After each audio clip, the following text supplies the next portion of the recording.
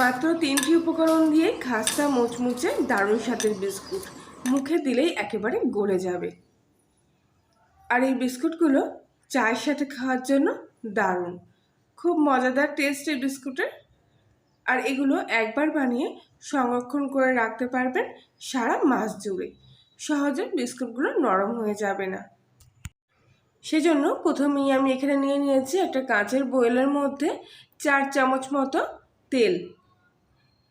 এখানে আমি সাদা তেল ব্যবহার করছি, আপনারা তেলের বদলে ঘিও ব্যবহার করতে পারেন। এবার এর মধ্যে দিয়ে দেব হাফ কাপ পরিমাণ মতো চিনির গুঁড়ো, আর সঙ্গে দিয়ে দিচ্ছি 3 চামচ মতো জল। চা চামচের 3 চামচ মেপেই জল নিয়েছি এখানে। এবার দিচ্ছি 1 চুটকি মতো খাওয়ার সোডা। সব কিছু একসঙ্গে খুব ভালো করে মিশিয়ে নেব। আশা করছি আপনাদের পরিমাপগুলো বুঝতে অসুবিধা হয়নি। এই মিশ্রণটা বেশ কিছুক্ষণ সময় নিয়ে করতে হবে। কিছুক্ষণের মধ্যে চিনিটা খুব ভালোভাবে তেলের সাথে মিশে গেছে। যেহেতু গুঁড়ো চিনি ছিল তাই মিশতে বেশিক্ষণ সময় লাগেনি। এবারে এর মধ্যে নিয়ে নিচ্ছি 1 কাপ পরিমাণ মতো ময়দা। ময়দাটা এখানে আমি চেলে নেব। এখানে আপনারা ময়দার পরিবর্তে আটা দিয়েও এই বিস্কুটগুলো তৈরি করতে পারেন। আটা দিয়ে করলেও বিস্কুটগুলো একই রকমের মুচমুচে হবে, তবে খেতে একটু স্বাদটা অন্য লাগবে। যেহেতু আটা দিয়ে করছে আর ময়দা দিয়ে করলে বেশি টেস্টি হয়, সেজন্য আমি এখানে আটার পরিবর্তে ময়দা নিয়েছি। তবে এটা সম্পূর্ণ অপশনাল, আপনারা আটা দিয়েও করতে পারেন। এবারে এর মধ্যে দিয়ে দেবো স্বাদ মতো লবণ। লবণ দিয়ে এবারে সব কিছু একসঙ্গে ভালো করে এখানে মিশিয়ে নেব। আমি কিন্তু আর এখানে জল দিয়ে মাখবো না। প্রথমেই আমি এখানে 3 চামচ মতো জল দিয়ে দিয়েছি, সেজন্য আর কোনো জল দেব না। আর আমার এখানে দেখুন যে পরিমাণ মতো ময়দা নিয়েছিলাম আর যে পরিমাণ তেল, চিনি আর জল নিয়েছিলাম, তাতে কিন্তু সম্পূর্ণ ময়দাটা মাখা হয়ে গেছে। আমি যে পরিমাণ সবকটা উপকরণ নিয়েছি, আপনারা যদি সেই পরিমাণে বানান তাহলে আপনাদের বিস্কুটগুলো এরকম খাস্তা মুচমুচে হবে। তবে পরে কিন্তু আর জল দিয়ে মাখা যাবে না, ওটা যদি শক্ত হয়ে যায় কিংবা নরম হয়ে গেলেও পরে আর ময়দা দেওয়া যাবে না, তাহলে কিন্তু খামিটা চিট হয়ে যাবে, তখন বিস্কুটগুলো শক্ত হবে।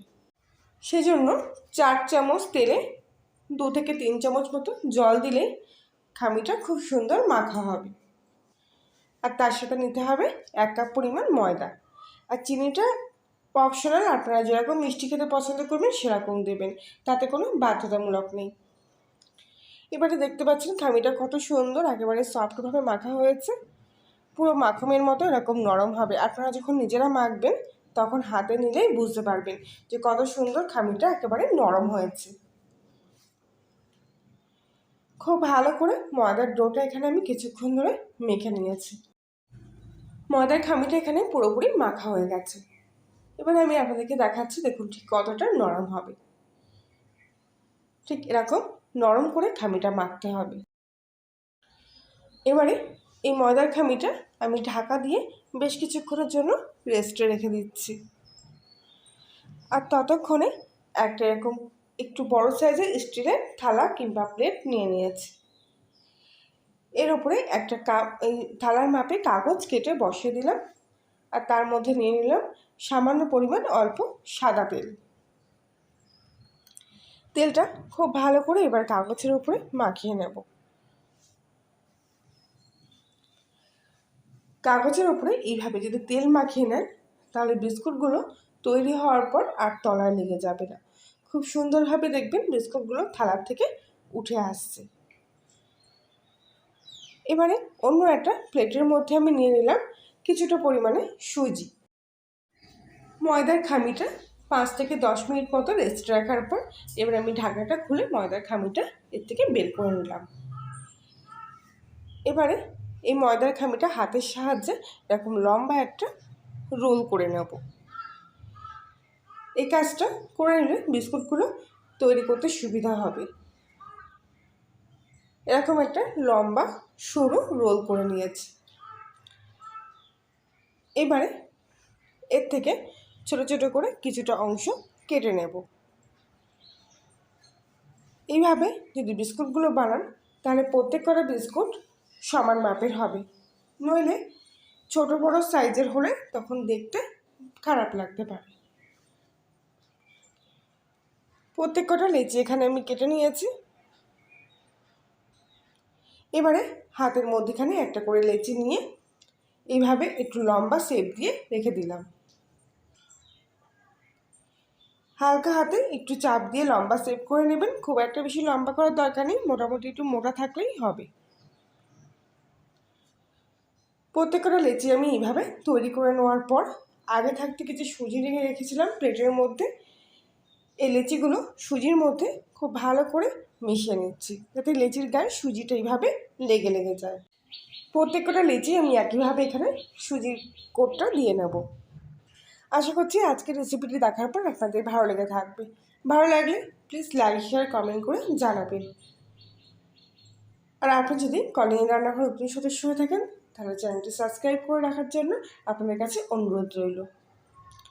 এবারে একটা করে লেচি এইভাবে হাতের মধ্যে নিয়ে নিলাম। এবার হাত দিয়ে এইভাবে চেপে দিলাম একটু করে, আর একটা কাঁটা চামচের সাহায্যে ঠিক এর মাছ বরাবর এইভাবে একটা দাগ করে দিলাম। একটু চেপে চেপে দাগগুলো করবেন যাতে ডিপভাবে দাগগুলো ফুটে ওঠে। এবারে দুই মুখ হাতের মধ্যেখানে রেখে এইভাবে সরু করে দিচ্ছি। দেখুন কত তাড়াতাড়ি কত সুন্দর ডিজাইনের একটা বিস্কুট এখানে তৈরি হয়ে গেল। খুবই সোজা, আপনারা একটু লক্ষ্য করলেই বুঝতে পারবেন। হাতের মধ্যেখানে রেখে করবেন তাহলে খুব সুবিধা হবে, দেখবেন বিস্কুটের শেপটা খুব ভালো আসছে। প্রত্যেকটা বিস্কুটে দু মুখ এইভাবে আমি এক জায়গায় করে এরকম সরু মতো করে দিচ্ছি। কত সুন্দর দেখতে হচ্ছে দেখুন বিস্কুটগুলো। আর সুজির কোটটা এইভাবে বিস্কুটের গায়ে লাগানোর পরে বিস্কুটগুলো যেমন তৈরি হওয়ার পর দেখতে সুন্দর লাগবে তেমনি খাস্তাও হবে। প্রত্যেকটা বিস্কুট একইভাবে তৈরি করে নিয়ে আমি আগে থাক থেকে যে থালাটা রেডি করে রেখেছিলাম সেই থালার উপরে একে একে পাতিয়ে দিচ্ছি। সবকটা বিস্কুট তৈরি হয়ে গেছে।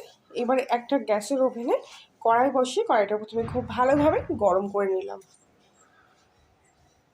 কড়াইটা খুব ভালোভাবে হিট হয়ে গেলে এর মধ্যে বিস্কুটের থালাটা বসিয়ে দিলাম। এখানে আমি কোনো স্ট্যান্ড ব্যবহার করছি না, যেহেতু থালাটা কড়ার তলায় লেগে যায় না। ঢাকা দিয়ে দিলাম আবারও। আর এবারে 15 মিনিট মতো গ্যাসের ফ্লেমটা একেবারে সিম আঁচে রেখে বিস্কুটগুলো এখানে তৈরি করে নেব। যেহেতু ময়দার খামিতে জলের পরিমাণ খুবই কম ছিল, সেই জন্য এই বিস্কুটগুলো খুব তাড়াতাড়ি তৈরি হয়ে যায়। আর আপনি যদি বেশি সময় ধরে রাখেন তখন কিন্তু বিস্কুটগুলো খুব শক্ত হয়ে যাবে, তখন দেখবেন ভাঙতেও অসুবিধা হচ্ছে, এতটাই শক্ত হয়ে যাবে। 15 মিনিট পর ঢাকনাটা খুলে বিস্কুটের থালাটা তুলে নিলাম। প্রথম অবস্থায় কিন্তু বিস্কুটগুলোতে একদমই হাত দেবেন না, কারণ এই সময় এগুলো একটু হালকা নরম থাকে। পুরোপুরি ঠান্ডা করতে দেবো বিস্কুটগুলো কিছুক্ষণের জন্য। কিছুক্ষণ পর পুরোপুরি ঠান্ডা হয়ে গেলে এবার বিস্কুটগুলো আমি তুলে নিয়ে দেখাচ্ছি। দেখুন কতটা সুন্দর হয়েছে। উল্টো পিঠটাও দেখুন কত সুন্দর হয়েছে, একটুকু কিন্তু পুড়ে যায়নি বা লেগে যায়নি। আর ঠান্ডা হয়ে গেলে বিস্কুটগুলো দেখবেন একদম শক্ত কুরকুরে হয়ে গেছে। এত সুন্দর খাস্তা হয় এত কম সময়ে বিস্কুটগুলো নিজেরা একবার না ট্রাই করলে আমার কথা বিশ্বাসই করতে পারবেন না, ভাববেন আমি হয়তো মিথ্যা বলছি।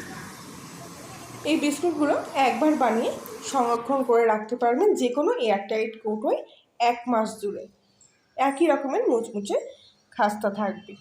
একটা বিস্কুট এখান থেকে ভেঙে নিয়ে দেখাচ্ছি, দেখুন কত সুন্দর খাস্তা হয়েছে। মুখে দিলে একেবারে মিলিয়ে যাবে এই বিস্কুটগুলো। তাহলে বন্ধুরা আজকের মতো এই পর্যন্তই, আবার দেখা হচ্ছে অন্য একদিন নতুন কোনো রেসিপির সাথে। সবাই ভালো থাকবেন, সুস্থ থাকবেন।